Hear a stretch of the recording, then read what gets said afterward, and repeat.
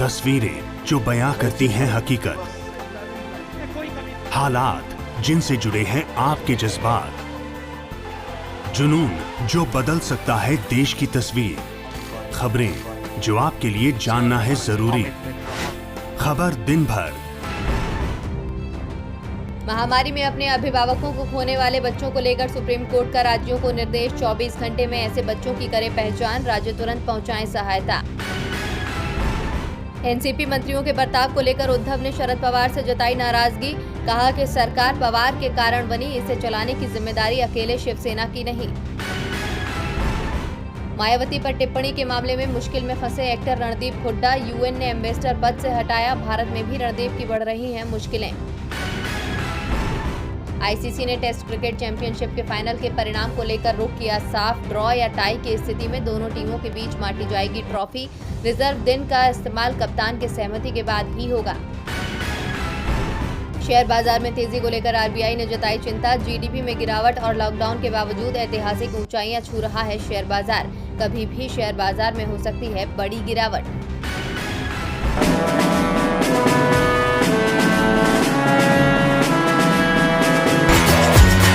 कुछ दिन पहले पश्चिमी तट पर आए ताउते तूफान से बहुत नुकसान हुआ। वहीं अब यास तूफान की वजह से बंगाल और ओडिशा में 20 लाख से ज्यादा लोग प्रभावित हुए हैं। बंगाल में बुधवार को 130 से 145 किलोमीटर प्रति घंटे की रफ्तार से हवाएं चली और जमकर बारिश हुई, जबकि ओडिशा में हवाओं की स्पीड 150 के पार पहुंच गई थी। तूफान ने इन दोनों ही राज्यों में जबरदस्त नुकसान पहुंचाया है। इसी नुकसान का जायजा लेने के लिए आज पीएम ने पश्चिम बंगाल और ओडिशा के हवाई सर्वेक्षण के साथ राज्यों के साथ रिव्यू मीटिंग की। प्रधानमंत्री नरेंद्र मोदी आज सुबह भुवनेश्वर पहुंचे और यहां एक बैठक में यास से ओडिशा के इलाकों में हुए नुकसान की समीक्षा की। इस दौरान ओडिशा के मुख्यमंत्री ने बार बार आने वाले चक्रवात की समस्या से निजात के लिए दीर्घकालिक समाधान किए जाने पर जोर दिया। ओडिशा के बाद पीएम पश्चिम बंगाल पहुंचे, यहाँ भी उन्होंने हवाई सर्वेक्षण किया और समीक्षा बैठक बुलाई, लेकिन इस बैठक में विपक्ष के नेता शुभेंदु अधिकारी को बुलाने से ममता नाराज हो गईं। ममता की ओर से इस नाराजगी को सार्वजनिक तो नहीं किया गया, लेकिन पीएम की बैठक में उनके देरी से पहुंचने और तुरंत निकलने से राजनीति शुरू हो गई है। ममता ने ट्वीट करते हुए कहा कि हिंगलगंज और सागर में समीक्षा बैठक के बाद मैं प्रधानमंत्री से कलाईकुंडा में मिली और उन्हें तूफान के बाद बंगाल की स्थिति से अवगत कराया। तूफान से हुए नुकसान की रिपोर्ट उन्हें सौंपी गई है। मैंने 20,000 करोड़ रुपए की मदद की मांग की है। इसके बाद मैं अब दीघा में राहत और बहाली कार्य की समीक्षा करने के लिए आगे बढ़ी हूँ। ये बैठक पहले से ही तय की गई थी। ममता ने पीएम की समीक्षा बैठक में समय न दे पाने पर सफाई देते हुए कहा कि मैं नहीं जानती थी कि पीएम मोदी ने बैठक बुलाई है। मैंने उनसे कहा कि राज्य के अधिकारी मुझसे मिलना चाहते हैं। इसके बाद मैंने उनसे मंजूरी ली और निकल गई। पीएम ने दोनों राज्यों में हुए नुकसान का जायजा लेने के बाद पश्चिम बंगाल और ओडिशा के लिए तात्कालिक राहत के रूप में 500 करोड़ रुपए दिए जाने का ऐलान किया। वैसे जो नुकसान हुआ है उसे देखते हुए ये राहत बहुत कम है। नारदा स्टिंग मामले में 17 मई को सीबीआई ने ममता बनर्जी सरकार में मंत्री फिरहाद हकीम, सुब्रत मुखर्जी, टीएमसी के विधायक मदन मित्रा और कोलकाता के पूर्व मेयर शोभन चटर्जी को गिरफ्तार किया था। मंगलवार को सुप्रीम कोर्ट ने सीबीआई को कलकत्ता हाई कोर्ट के आदेश के खिलाफ अपनी अपील वापस लेने की अनुमति दे दी थी। सीबीआई ने हाई कोर्ट के उस आदेश को सुप्रीम कोर्ट में चुनौती दी थी। इस मामले में टीएमसी के चारों नेताओं को घर में ही नजरबंद रखने की अनुमति दी थी। इसके बाद कोर्ट ने 21 मई को बंगाल के 2 मंत्रियों, एक विधायक और कोलकाता के पूर्व महापौर को जेल से हटाकर उनके घरों में ही नजरबंद करने के आदेश दिए थे। हाईकोर्ट के 5 न्यायाधीशों की पीठ ने 24 मई को मामले में सुनवाई की और मामले में सुनवाई स्थगित करने के सीबीआई के आग्रह को मानने से इनकार कर दिया था, जिसके बाद अब कलकत्ता हाई कोर्ट ने शुक्रवार को अंतरिम जमानत देने का निर्देश दिया है। इन नेताओं को 2 लाख रुपए के निजी बॉन्ड देने का निर्देश दिया है। कलकत्ता हाई कोर्ट ने इन नेताओं को जमानत के साथ साथ कुछ निर्देश भी दिए हैं। इन नेताओं के प्रेस कॉन्फ्रेंस करने पर भी रोक लगाई गई है। आपको बता दें कि सीबीआई ने फिरहाद हकीम, सुब्रत मुखर्जी, मदन मित्रा और शोभन चटर्जी के अभियोजन की मंजूरी के लिए पश्चिम बंगाल के राज्यपाल जगदीप धनखड़ से संपर्क किया था। धनखड़ ने 7 मई को सभी चारों नेताओं के खिलाफ मुकदमा चलाने की मंजूरी दी थी, जिसके बाद सीबीआई ने अपने आरोप पत्र को अंतिम रूप दिया और उन्हें गिरफ्तार कर लिया था। देश में महामारी से बिगड़े हालातों को लेकर कांग्रेस नेता राहुल गांधी ने शुक्रवार को प्रेस कॉन्फ्रेंस कर प्रधानमंत्री नरेंद्र मोदी पर निशाना साधा। राहुल ने कहा कि संक्रमण की दूसरी लहर के लिए प्रधानमंत्री की नौटंकी जिम्मेदार है। वो महामारी को समझ ही नहीं पाए। देश में जो संख्या महामारी से जान गंवाने वालों की बताई जा रही है वो भी झूठ है। सरकार को सच बोलना चाहिए। वहीं वैक्सीनेशन की धीमी रफ्तार को देखते हुए राहुल गांधी ने कहा कि सरकार समझ नहीं रही कि वो किससे मुकाबला कर रही है। इस संक्रमण के म्यूटेशन को समझना चाहिए। आप पूरे ग्रह को मुश्किल में डाल रहे हैं क्योंकि आप 97% आबादी को प्रभावित होने दे रहे हैं और सिर्फ 3% लोगों को टीके लगाए गए हैं। राहुल गांधी ने सरकार की वैक्सीन स्ट्रेटेजी को फेल बताते हुए सरकार के अनुमान को विफल बताया।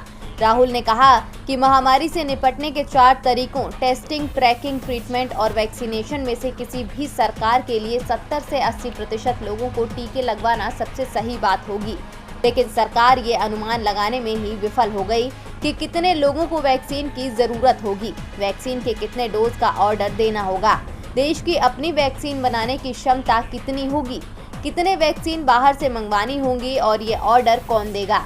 राहुल गांधी के सवालों का जवाब केंद्रीय मंत्री प्रकाश जावड़ेकर ने देते हुए कहा कि इस साल के अंत तक देश में सभी लोगों का टीकाकरण कर दिया जाएगा। 18 साल से अधिक उम्र के 118 करोड़ लोगों को टीका दिसंबर 2021 तक लगा दिया जाएगा। है वो परेशान हो रहे हैं।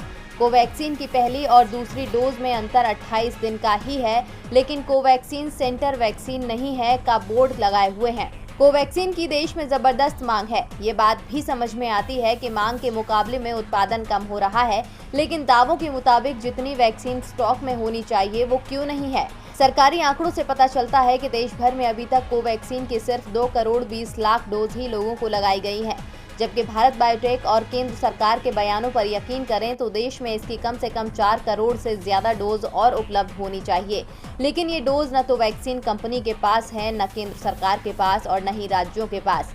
दिल्ली, महाराष्ट्र में तो वैक्सीन की कमी के चलते टीकाकरण प्रभावित हो रहा है। कई राज्य कोवैक्सीन की कमी की बात कर रहे हैं। आखिर आधी वैक्सीन कहां जा रही है? वैसे यदि भारत बायोटेक के दावों पर यकीन करें तो गायब हुई वैक्सीन की संख्या 2 करोड़ नहीं 6 करोड़ होनी चाहिए।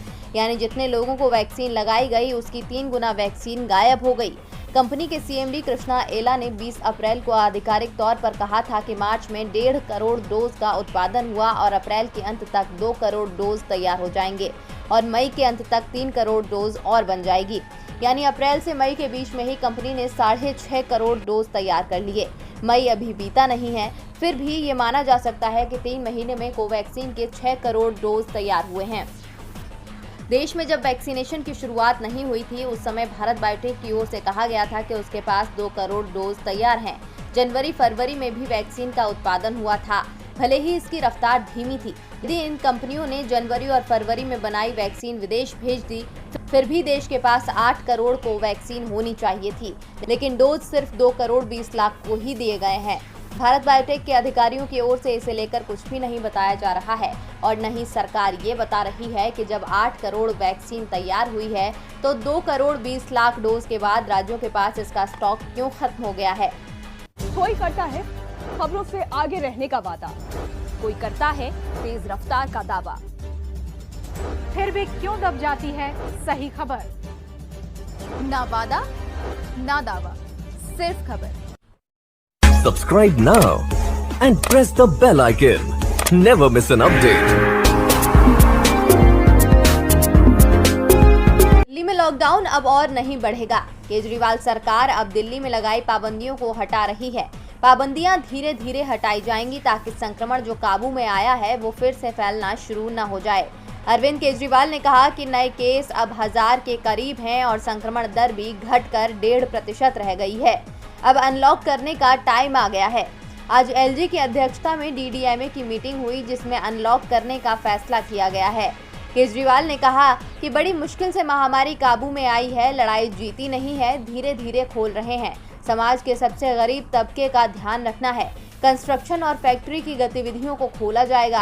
हफ्ते दर हफ्ते जनता के सुझाव और एक्सपर्ट के सुझाव पर लॉकडाउन खोलेंगे। सीएम केजरीवाल ने कहा कि सोमवार से अगले 1 सप्ताह के लिए अभी 2 गतिविधियों को खोला जा रहा है। दिल्ली को सीधे पूरी तरह से अनलॉक करने की बजाय चरणबद्ध तरीके से अनलॉक किया जाएगा। पहले सप्ताह में बाजार आदि सभी खोलने का फैसला नहीं लिया गया है। हमें बैलेंस बनाकर चलना है, न लोगों को परेशानी हो और न ही महामारी बेकाबू हो।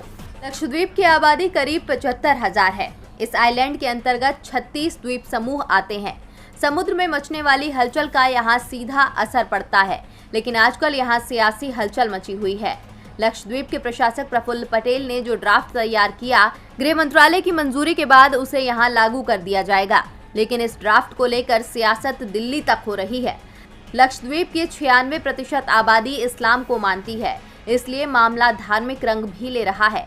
कांग्रेस पार्टी के नेताओं का कहना है कि नए मसौदे को देखकर ऐसा लगता है कि प्रशासक पटेल वहां के लोगों से कोई खुन्नस निकालना चाहते हैं।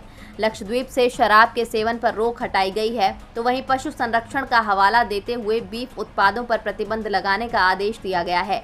लक्षद्वीप की अधिकतर आबादी मछली पालन पर निर्भर है और समुद्र किनारे रहती है। प्रफुल्ल पटेल तटरक्षक अधिनियम की आड़ में मछुआरों को उनके घरों से बेदखल कर रहे हैं।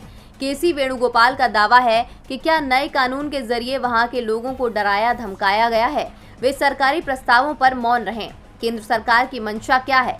लक्षद्वीप का पारंपरिक ढांचा समाप्त करके वहां उद्योगपतियों को फायदा पहुंचाने की योजना बनाई जा रही है। ये सब लक्षद्वीप के स्थानीय समुदाय के सांस्कृतिक और धार्मिक ताने बाने को समाप्त करने की कोशिश है। शराब से बैन हटा रहे हैं और बीफ पर लगा रहे हैं। वेणुगोपाल ने राष्ट्रपति को पत्र लिखकर प्रफुल्ल पटेल को वापस बुलाने के साथ ही प्रफुल्ल पटेल के कार्यकाल में लिए गए फैसलों को रद्द करने की मांग की है।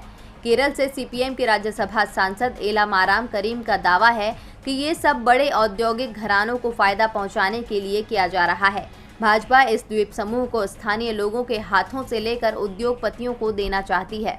देश का विकास व्यापार पर टिका होता है। अगर व्यापार रफ्तार के साथ आगे बढ़ता है तभी देश में भी विकास की गति तेजी पकड़ती है। लेकिन भारत में तो महामारी की वजह से व्यापार ही ठप पड़ गया है। बढ़ते संक्रमण की वजह से राज्य सरकारों को पूर्णबंदी का फैसला लेना पड़ा, जिसका गहरा असर उद्योगों पर पड़ा है। जहां बड़े बड़े उद्योग धंधे नुकसान झेलने को मजबूर हैं, तो वहीं दूसरी तरफ छोटी कंपनियों और स्टार्टअप के सामने तो बंद करने की नौबत आ गई है। लोकल सर्कल के एक सर्वे के मुताबिक महामारी की वजह से देश की आधी से ज्यादा छोटी कंपनियां और स्टार्टअप बंद हो सकते हैं या फिर बिक सकते हैं। सर्वे में शामिल 37% एमएसएमई और स्टार्टअप के पास 1 से 3 महीने तक कारोबार चलाने भर की पूंजी बची है। 41% के पास 1 महीने से कम समय तक के लिए पैसा बचा है या फिर पूंजी ही नहीं है। वहीं 49% ऐसे हैं जो जुलाई तक कर्मचारियों के वेतन और अन्य लाभों में कटौती की योजना बना रहे हैं। उधर आरबीआई भी एमएसएमई, खुदरा कारोबार, रेस्टोरेंट्स, मॉल और हॉस्पिटैलिटी क्षेत्र में सर्वे करने की योजना बना रहा है ताकि पता लग सके कि इन पर महामारी का कितना असर हुआ है। वहीं भारतीय सूक्ष्म लघु एवं मध्यम उद्यम संगठन ने रिजर्व बैंक से मांग की है कि महामारी के दबाव से उबरने के लिए गारंटी वाले कर्ज पर ईएमआई में राहत दी जाए। अब व्यापार को बढ़ाने के लिए कारोबारी तो सरकार से मदद की गुहार लगा रहे हैं, लेकिन मोदी सरकार सुनती कहाँ है। वो हकीकत को जानकर भी अनजान बन रही है, जिसका हर्जाना जनता को उठाना पड़ रहा है। तस्वीरें जो बयां करती हैं हकीकत, हालात जिनसे जुड़े हैं आपके जज्बात, जुनून जो बदल सकता है देश की तस्वीर, खबरें जो आपके लिए जानना है जरूरी। खबर दिन भर